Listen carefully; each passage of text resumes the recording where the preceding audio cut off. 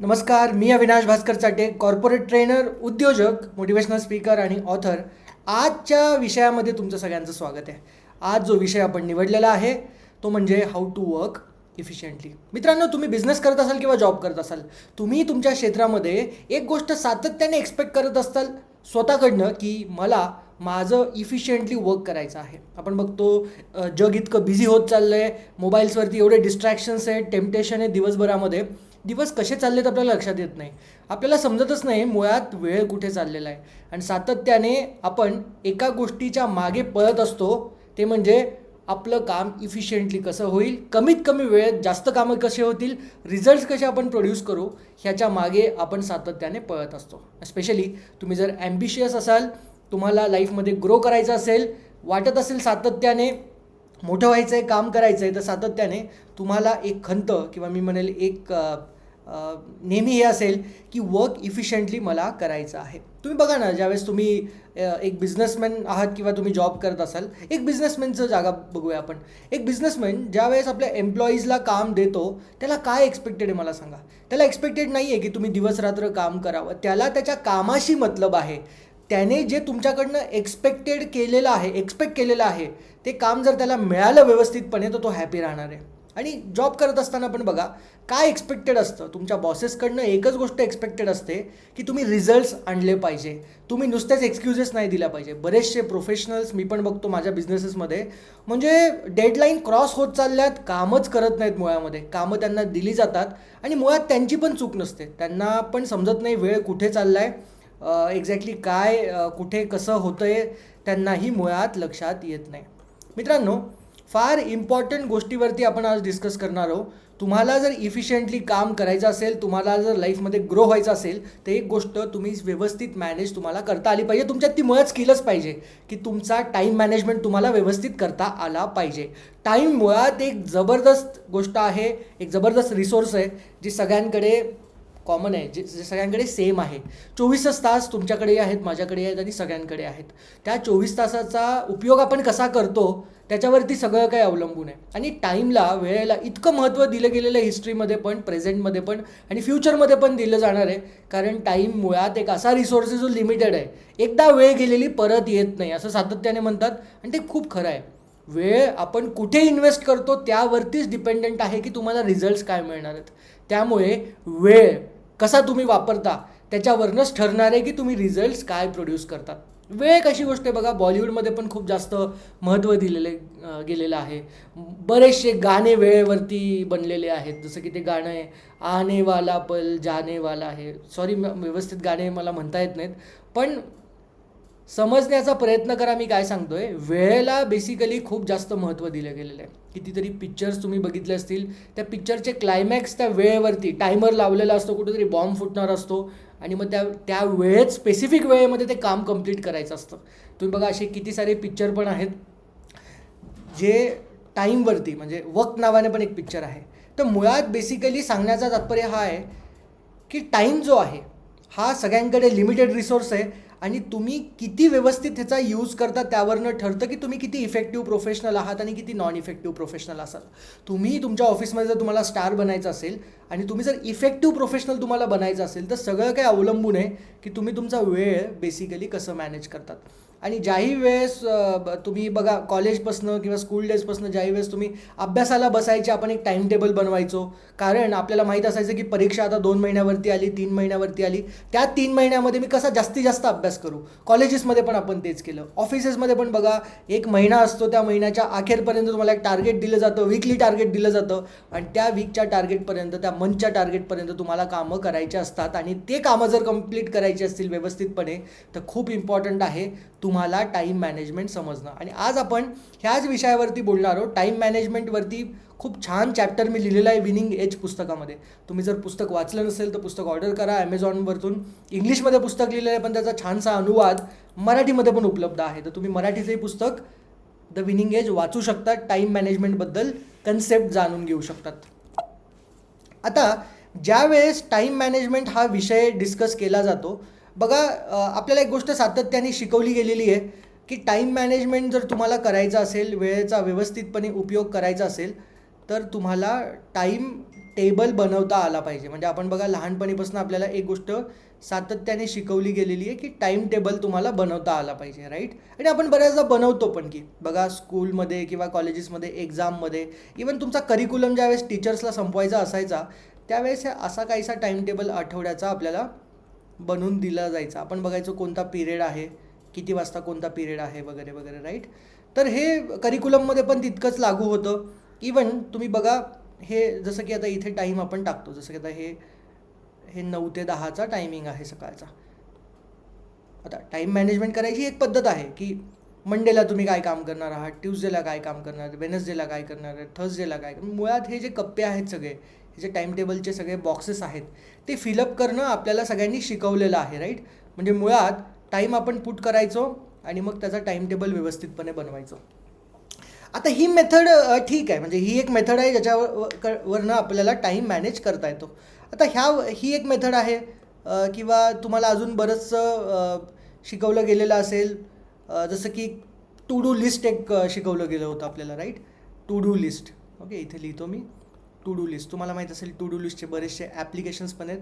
To do list basically, एवढं घाण अक्षर नाही आहे माझं, सॉरी, हे थोडंसं माऊसवरनं करतो त्यामुळे. बरं, टू डू लिस्ट बघा आपण काय असतात. टू डू लिस्ट सकाळी सकाळी यायचं, आज दिवसभराची कामं टिपायची. आज समजा number 1, number 2, number 3, number 4, number 5 हे सगळे कामं टिपल्यानंतर जसे जसे ते कामं होतील त्याला टिकमार्क करत चालायचं आणि जे कामं त्या दिवशी होणार नाहीत त्याला रॉंग करायचं. ही एक मेथड आहे टाईम मॅनेजमेंटमध्ये शिकवली गेलेली, की हे तुम्ही वापरा आणि व्यवस्थितपणे इफेक्टिव्हली तुम्ही काम करू शकतात.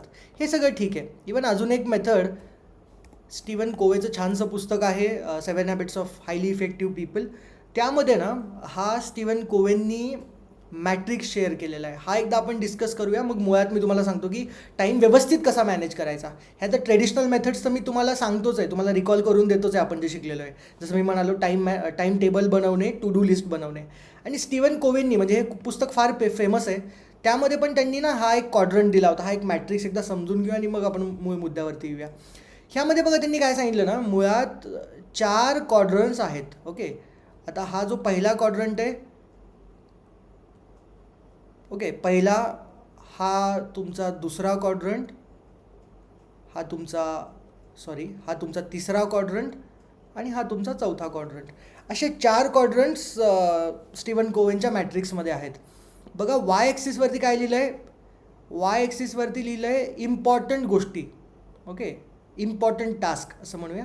हे नॉट इम्पॉर्टंट टास्क आहेत. इथे अर्जंट टास्क, इथे नॉन अर्जंट टास्क, ओके. आता एक एक बघूया आपण, ठीक आहे. आता सगळ्यात पहिला क्वाड्रंट घेऊया. मी कलर चेंज करतो, ह्याचा लाल कलर घेतो, ठीक आहे. पहिला क्वाड्रंट बघू आता आपण. पहिला क्वाड्रंट काय आहे की असे कामं जे अर्जंट आहेत आणि जे इम्पॉर्टंट पण आहेत. बघा अर्जंट आहेत आणि इम्पॉर्टंट आहेत, लगेच केले पाहिजेत आणि महत्त्वाचे पण आहेत. जसं की काही क्रायसिस आला आहे ऑफिसमध्ये, काही गडबड झाली, कस्टमरची कंप्लेन आली आहे, क्रायसिस, किंवा काही असे प्रॉब्लेम्स आहेत की जे आता फटाफट सॉल्व्ह केले पाहिजेत, किंवा अशी काही डेडलाईन आहे, कुठला तरी प्रोजेक्ट आहे ज्याची डेडलाईन आहे उद्या, कस्टमर मागतोय तुम्हाला की तो प्रोजेक्ट आता उद्या झालाच पाहिजे. हे सगळे प्रॉब्लेम्स किंवा हे सगळे टास्क, हे सगळे कामं येतात तुमच्या पहिल्या क्वाड्रंटमध्ये. पहिला क्वाड्रंट सगळ्यात महत्त्वाचा आहे, ह्याला व्यवस्थितपणे करायचं. स्टीवन कोवे म्हणतात की सगळ्यात आधी हे कामं उचला जे क्वाड्रंट 1मध्ये येतात. म्हणजे तुमच्या समजा n नंबर ऑफ टास्क आहेत, तुमच्यासमोर आज 10 कामं आहेत, तर 10 कामं पहिले तर टिपायचे आणि त्या 10 कामांपैकी बघायचं की एक्झॅक्टली कोणते कामं आहेत जे क्वाड्रंट 1मध्ये येतात, सगळ्यात आधी त्यांना फिनिश करा, ओके. स्टीवन कोवे सांगतात. नंबर 2, दुसरा क्वाड्रंट कुठला आहे बघा. नंबर 2 क्वाड्रंट काय आहे, नंबर 2 क्वाड्रंटमध्ये तुम्ही बघू शकता की हे कामं अर्जंट नाही आहेत पण इम्पॉर्टंट आहेत. म्हणजे आज नाही केले तरी चालतील पण इम्पॉर्टंट आहेत. जसं की तुमचं मोबाईलचं बिल आहे, जे ड्यू डेट आहे त्याची 8 दिवसांनी, क्रेडिट कार्डचं बिल आहे 8 दिवसांनी ड्यू डेट आहे. आता हे महत्त्वाचं आहे पण अर्जंट आहे का, आज नाही केलं तरी चालेल, पुढच्या 8 दिवसामध्ये केलं तरी चालेल. तर बेसिकली हे सगळे कामं तुम्हाला आयडेंटिफाय करायचे आहेत. ह्यामध्ये कोणते कोणते कामं आहेत बघा. जसं की रिलेशनशिप बिल्डिंग आहे, कोणासोबत रिलेशन, नातं बनवायचं आहे, खूप इम्पॉर्टंट आहे. नेटवर्किंग, तुम्ही बिझनेस करत असाल किंवा जॉब करत असाल तर हे ठीक आहे, इम्पॉर्टंट आहे, अर्जंट नाही आहे. तुम्ही पहिले अर्जंट कामं संपवा. दुसरं, काही नवीन अपॉर्च्युनिटी आहेत तुमच्या बिझनेसमध्ये असेल, जॉबमध्ये असेल. कालच्या व्हिडिओमध्ये आपण बघितलं होतं अपॉर्च्युनिटीज डिस्कस करणे, नवीन नवीन अपॉर्च्युनिटी, स्वॉट ॲनालिसिसमध्ये आपण बघितलं होतं.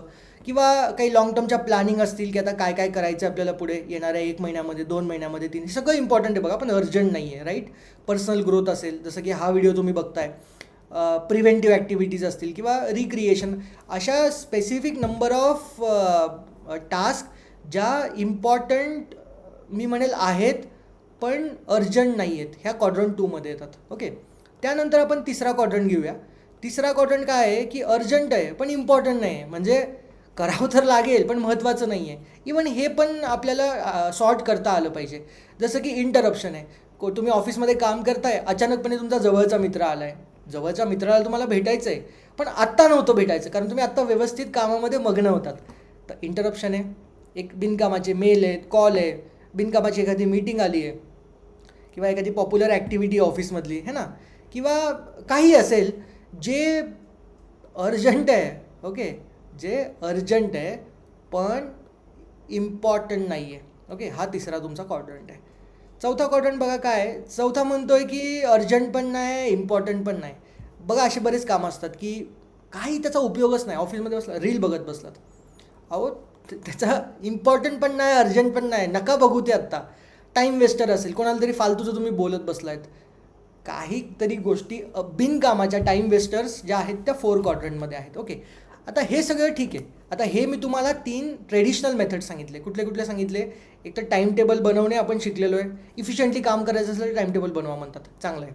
दुसरं टू डू लिस्ट बनवा म्हणून सांगतात, ते पण चांगलं आहे. आणि तिसरं स्टीवन कोवेनचा हा जो मॅट्रिक्स आहे हा पण फॉलो करणं ठीक आहे. पण मुळात मित्रांनो सगळ्यात मोठी चूक आपण कुठे करतो मी तुम्हाला सांगतो. टाईम टेबल बघा, ज्याही वेळेस टाईम मॅनेजमेंटच्या गप्पा होतात, ज्याही वेळेस आपण ठरवतो की टाईम मॅनेजमेंट करायचं आहे, टाईम मॅनेजमेंट आपण करायला पण लागतो, सुरू पण करतो, पण एक गोष्ट आपण विसरून जातो.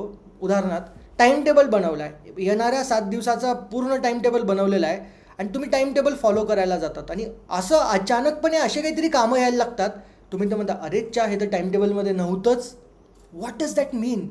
दॅट मीन की तुम्ही चुकलात कुठेतरी. टू डू लिस्ट आहे, तुम्ही लिहून तर काढलं आहे की आज दिवसभरात मला 10 कामं संपवायची. दिवस संपतो आणि तुम्हाला लक्षात येतं की 10 काय, तुम्ही 2ही काम करू शकला नाहीत. मुळात गडबड कुठे होती? मुळात गडबड आपली इथे होते की आपण टाईमला मॅनेज करण्याच्या आधी टाईमला रेकॉर्डच करत नाही. हो, मी बरोबर बोलतो आहे, आपण रेकॉर्डच टाईमला करत नाही. उदाहरणार्थ आपण एक उदाहरण घेऊया. समजा तुम्ही ठरवलं आहे की आता मला पैसे वाचवायचेत. ओके, पैसे वाचवण्यासाठी तुम्ही बरेचसे टेक्निक, बरेचसे टूल्स यूट्यूबवरती वेगळ्या वेगळ्या इन्फ्लुएन्सर्सचे व्हिडिओ बघताय की पैसा कैसे बचाय. मग ते ऐकतात तुम्ही.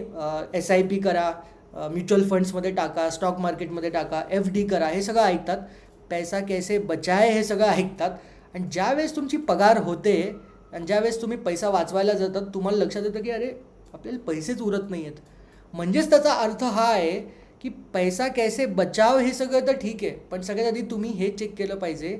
मी असं म्हणेल की सगळ्यात आधी मला हे सांगा की तुमचा पैसा खर्च कुठे होतो आहे. म्हणजे सगळ्यात आधी आपल्याला बघितलं पाहिजे की पैसा एक्झॅक्टली कुठे खर्च होतो आहे. जर तुम्ही खर्चांची यादी जर काढली, इथे खर्च होतो, इथे खर्च होतो, इथे खर्च होतो, इथे होतो, इथे होतो, इथे होतो आहे, आणि शेवटी तुम्हाला लक्षात येईल की मला एवढेच पैसे वाचतायत, ह्या पैशातनं मग मी सेव्हिंग कशी करणार हा प्रश्न येतो. आपण मुळात आपली पगार पूर्ण बघतो आणि त्या पगारावरतीच आपण ते सेव्हिंग करायला बघतो. ती पगार तुमची नाही आहे, त्याच्यामध्ये वेगळे वेगळे खर्च ऑलरेडी इन्वॉल्ड आहेत. त्याच पद्धतीने टाईमचं पण असंच आहे. टाईम बेसिकली तुम्हाला वाचवायचा असेल, टाईम जर व्यवस्थितपणे तुम्हाला मॅनेज करायचं असेल, काम व्यवस्थित इफेक्टिव्हली करायचं असेल, तर तुम्हाला व्यवस्थित टाईमला पहिले रेकॉर्ड करता आलं पाहिजे. मी तुम्हाला एक लाईव्ह किस्सा देतो. माझी एक कलिग आहे प्रतीक्षा मॅम म्हणून. तर प्रतीक्षा मॅडम आणि आम्ही डिस्कस करताना बऱ्याचदा हे डिस्कस करायचो की एक्झॅक्टली टाईम का व्यवस्थित मॅनेज होत नाही. मग आम्ही एक 30 डेज चॅलेंज घेतलं. बघा मी इथे सांगतो तुम्हाला काय एक्झॅक्टली आम्ही केलं. आम्ही 30 डेजचा एक पूर्ण चॅलेंज केलं. रोज एक पीस ऑफ पेपर घेतला. म्हणजे उदाहरणामध्ये समजा हा एक पीस ऑफ पेपर आहे. ओके, ह्या पीस ऑफ पेपरमध्ये दिवसभराचे टाईम आखले. 9 ते 10मध्ये, 11 ते 12मध्ये, 1 ते 2मध्ये, 2 ते असे इकडे हे कॉलम बनवून घेतले. आणि त्याच्या समोर सगळ्यात आधी आम्ही 30 दिवस काय केलं, 30 दिवस फक्त रेकॉर्ड केलं की प्रतीक्षाचा टाईम कुठे चालला आहे. तिचं काम एवढंच होतं, प्रत्येक 1 तासाने मोबाईलचा अलार्म वाजायचा आणि रिमाइंडर यायचं की तुला ती शीट फिलअप करायची. मग ती कागद ओपन करायची, आजच्या दिवसाची शीट ओपन करायची. लेट्स से की 9 ते 10चा कॉलम आहे, 10 वाजता अलार्म वाजला आहे, तर तिने फक्त 9 ते 10मध्ये तिने काय काम केलं हे नोट डाऊन करायचं होतं. असं 30 दिवस आम्ही प्रत्येक तासाला तो टाईम रेकॉर्ड केला आणि यू विल नॉट बिलीव्ह, 1 महिना पूर्ण झाल्यानंतर आम्हाला बऱ्याचशा गोष्टी निदर्शनास आल्या. आम्ही सगळ्यात आधी ज्यावेळेस टाईम मॅनेजमेंट करायला बसायचो, आम्ही ज्यावेळेस टाईम मॅनेजमेंट करायला सुरुवात करायचो, आम्हाला वाटायचं की 7 दिवस आहेत, आम्हाला वाटायचं की 30 दिवस ऑलरेडी तिच्याकडे हातामध्ये आहेत आणि त्यालाच व्यवस्थित मॅनेज करायचं आहे. पण मुळात तसं नव्हतंच. मुळात काय होतं, हा समजा हा तुमचा सर्कल आहे, हा पूर्ण तुमच्याकडे वेळ आहे, ह्याच्यातला बराचसा वेळ जो आहे हा ऑलरेडी ऑक्युपाईड आहे, तुम्हाला लक्षात येईल.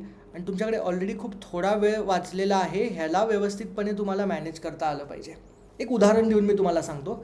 लेट्स से प्रतीक्षाचं एक्झाम्पल घेऊया. चा 30 दिवसाचा आम्ही वेळ पूर्ण ट्रॅक डाऊन रेकॉर्ड केल्यानंतर लक्षात आलं की दिवसभरातले तिचे 2 तास तर ना आपल्या सिनियर्ससोबत, आपल्या बॉससोबत डिस्कशन करण्यामध्येच जातात.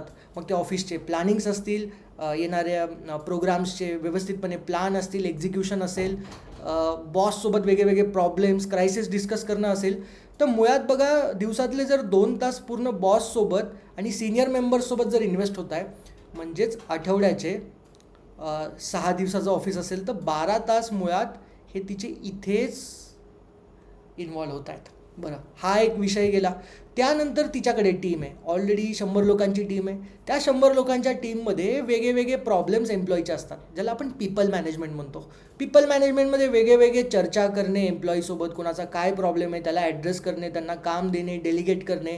ह्याच्यामध्ये मुळात तिचा दिवसभरात 3 तास तर वेळ ह्याच्यामध्ये चालला होता. 3 hours अ डे म्हणजे किती झाले, 6 गुणिले 3 म्हणजे 18 तास तिचे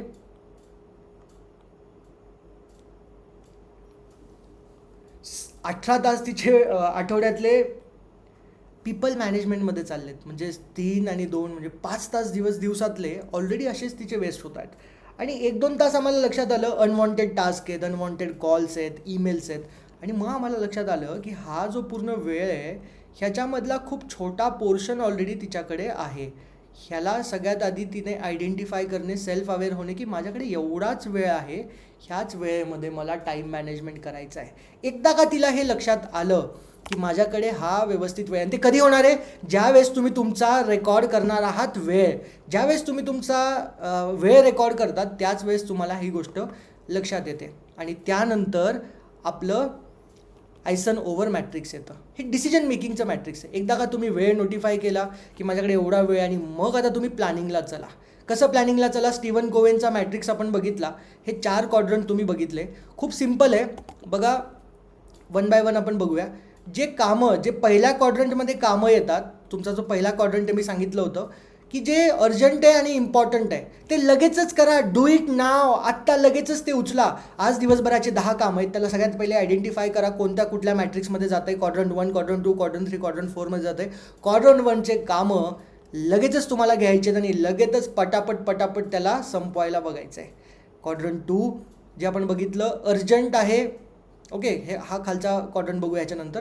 जे अर्जंट आहे पण इम्पॉर्टंट नाही आहे, जसं मी तुम्हाला सांगितलं होतं की एखादी अनवॉन्टेड गोष्ट तुमच्या समोर आली आहे जी आत्ता अर्जंट आहे पण इम्पॉर्टंट नाही आहे, त्याला सगळ्यात आधी डेलिगेट करा. स्वतः करत बसू नका. एखाद्या टीम मेंबरला लगेचच ती डेलिगेट करून टाका की हे काम तू कर, म्हणजे तुमचा तो वेळ वाचेल आणि तुमच्या एम्प्लॉईला, तुमच्या एखाद्या व्यक्तीला ते काम पण असेल काहीतरी करण्याचं. सगळेच कामं तुम्ही अंगावरती घेऊन बसलात तर तुमचं काम होणार नाही आहे. सेकंड क्वाड्रंट काय बोललो मी, हे सगळे अनवॉन्टेड कामं, मी तुम्हाला परत एकदा रिमाइंड करतो, तुम्ही विसरला असाल तर. हे क्वाड्रंट बघा, जसं की बिनकामाचे ईमेल आहेत, कॉल आहेत, मीटिंग आहेत, काही ॲक्टिव्हिटी आहेत, है ना, ह्या सगळ्या गोष्टी तुम्ही डेलिगेट करून टाका. ते सगळे काही मेलला रिप्लाय करायचं असेल आजच्या आज, एखादं डॉक्युमेंटेशन वर्क असेल जे कोणाला पाठवायचे, पटकन त्याला डेलिगेट करा. स्वतः करत बसू नका. स्वतः करत बसलात तर व्यवस्थितपणे तुम्ही इफिशियंटली काम करणार नाहीत. तिसऱ्या क्वाड्रंटवरती येऊया की जे अर्जंट नाही आहे पण इम्पॉर्टंट आहे, जसं की प्लॅनिंग करणे, व्यवस्थितपणे एक्झिक्यूट करणे, अपॉर्च्युनिटी काय असणार आहेत, माझं सेल्फ इम्प्रूव्हमेंट, मला नवीन व्हिडिओ बघायचे, नवीन पुस्तक वाचायचं आहे. व्यवस्थितपणे ना पहिले डिसाईड करा की हे सगळे कामं आत्ता अर्जंट नाही आहेत पण ते इम्पॉर्टंट आहेत. व्यवस्थितपणे डिसाईड करून मोबाईलवरती अलार्म लावा की ह्या स्पेसिफिक दिवशी, एका स्पेसिफिक डेटला मी हे पुस्तक वाचणार आहे, ह्या स्पेसिफिक डेटला मी ही प्लॅनिंग करणार आहे. बघा, आपण ह्या मॅट्रिक्समध्ये बघितलं होतं. क्वाड्रंट नंबर 3 रिलेशनशिप बिल्डिंग असेल, लॉंग टर्म प्लॅनिंग असेल, काही ॲक्टिव्हिटीज असतील, पर्सनल ग्रोथ असेल, रिक्रिएशन असेल, ह्या सगळ्या गोष्टी तुम्हाला ह्या क्वाड्रंटमध्ये येऊन डिसाईड करायचं ह्या सगळ्या टास्कला. ओके. आणि फायनली जे आपण बघितलं की हे बिनकामाचा जो क्वाड्रंट आहे, इम्पॉर्टंट पण नाही, अर्जंट पण नाही आहे, ह्याच्या नादी लागू नका. Delete it, eliminate it. बघा मित्रांनो, तुम्ही जर हे व्यवस्थितपणे प्लॅन केलं ना, तुम्ही इफिशियंटली काम करू शकतात. काय आपण डिस्कस केलं? सगळ्यात आधी टूल्सच्या मागे लागू नका, सगळ्यात आधी टाईम मॅनेजमेंटच्या मागे लागू नका. पण बऱ्याचदा आपल्याला सांगितलं जातं टाईम मॅनेज करा, टाईम मॅनेज करा, टाईम मॅनेज करा. आपण डायरेक्टली टाईम मॅनेज करायला जातो. पहिलं मी तुम्हाला सांगितलं रेकॉर्ड करा. पहिले 30 दिवस ना फक्त टिपा, लिहा की एक्झॅक्टली काय काय मी दिवसभरात करतो आहे. आणि 30 दिवसानंतर ॲनालिसिससाठी बसा, एक्सेल शीटवरती बसा, बघा तुमचा वेळ कुठे कुठे कुठे कुठे जातो आहे आणि लक्षात घ्या तुमच्याकडे टाईम किती वाचतो आहे. तो टाईम किती वाचतो आहे हा घेऊनच मग तुम्हाला आयसनओव्हर मॅट्रिक्स वापरायचं आहे. क्वाड्रंटमध्ये ते सगळे कामं टाकायचे. मग टू डू लिस्ट पण वापरा, मग तुम्ही तो टाईम टेबल पण वापरा, पण आयसनओव्हर मॅट्रिक्सला तुम्ही फॉलो करा आणि मग बघा तुम्ही किती इफिशियंटली काम करू शकतात. आशा करतो मी तुम्हाला हा व्हिडिओ आवडला असेल. व्हिडिओ आवडला असेल तर चॅनलला सबस्क्राईब करा. माझं हिंदीचं पण चॅनल आहे, जे माझं मेन चॅनल आहे, तिकडे जाऊन सबस्क्राईब करा. एक मराठी माणूस मराठीमध्ये पण कॉन्टेंट बनवतो आहे, हिंदीमध्ये पण बनवतो आहे. मला तुम्ही सपोर्ट करा. माझा उद्दिष्ट ह्या भारताला अजून मजबूत भारत, सशक्त भारत बनवण्याचा आहे. तर तुम्ही असाच मला सपोर्ट करत राहा. भेटूया पुढच्या व्हिडिओमध्ये. तोपर्यंत I am signing off. Thank you so much. जय हिंद.